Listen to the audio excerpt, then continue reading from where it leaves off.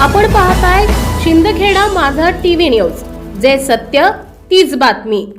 शनिवारी आणि रविवारी सायंकाळी झालेल्या वादळी पावसामुळे धुळे जिल्ह्यातील शेती पिकांचं मोठ्या प्रमाणावर नुकसान झालंय। शिंदखेडा तालुक्यातील बहुतांश भागात केळी, पपई, कापूस, ऊस, मका, मिरची आदी पिके जमीनदोस्त झाली असून शेतकऱ्यांचे प्रचंड आर्थिक नुकसान झालंय। दरम्यान रविवारी 28 तारखेला सकाळी जिल्ह्याचे पालकमंत्री जयकुमार रावल यांनी तालुक्यातील लोहगाव, वसमाने आणि तापी काठावरील नुकसानग्रस्त गावांना भेट देऊन नुकसानीची पाहणी केली।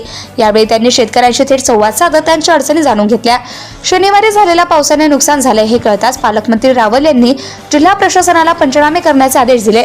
मंत्री रावल म्हणाले, वादळी पावसामुळे शेतकऱ्यांच्या तोंडाशी आलेला घास हिरावला गेला असून ही परिस्थिती गंभीर आहे। केळी, पपई, ऊस, कापूस, मका ही नगदी पिके जमीनदोस्त झाल्यामुळे शेतकऱ्यांचं मोठं आर्थिक नुकसान झालंय। या कठीण प्रसंगात सरकार शेतकऱ्यांच्या पाठीशी ठामपणे उभे आहे। जिल्ह्यात ज्या भागात नुकसान झाले त्या नुकसानग्रस्त भागात पंचनामे करण्याचे आदेश प्रशासनाला देण्यात आलेत, अशी माहिती पालकमंत्री जयकुमार रावल यांनी दिली। यावेळी त्यांनी शेतकऱ्यांना धीर देत संकट मोठे असले तरी सरकार तुमच्या सोबत आहे, लवकरच मदत जाहीर करण्यात येईल असं आश्वासन दिलं। यावेळी जिल्हा अधीक्षक कृषी अधिकारी सूरज जगताप, तहसीलदार संभाजी पाटील, तालुका कृषी अधिकारी देवेंद्र नागरे, दोंडाईचा कृषी उत्पन्न बाजार समितीचे सभापती नारायण पाटील, माजी सभापती जिजाबराव सोनवणे आदींसह महसूल आणि कृषी मंडळ अधिकारी, तलाठी, कृषी सहाय्यक उपस्थित होते। संपादक यादवराव सावंत, शिंदखेडा माझा। काल धुळे जिल्ह्यामध्ये अत्यंत धक्कादायक असं आमच्याकडे जवळपास 50 मिलीमीटरचा पाऊस झाला आणि अवघ्या तासाभरामध्ये होतं ते नव्हतं झालं। हजारो हेक्टर आमच्याकडे केळी, पपई, ऊस, कापूस, मका या सगळ्याच गोष्टींचं मोठ्या प्रमाणात नुकसान झाल्यामुळे एक चिंतेचं आणि दुःखाचं वातावरण तयार झालं। मी इथे बांधावर झालो आहे, आमचे सर्व शेतकरी बांधव यांच्याबरोबर आम्ही ही सगळी परिस्थिती बघितली।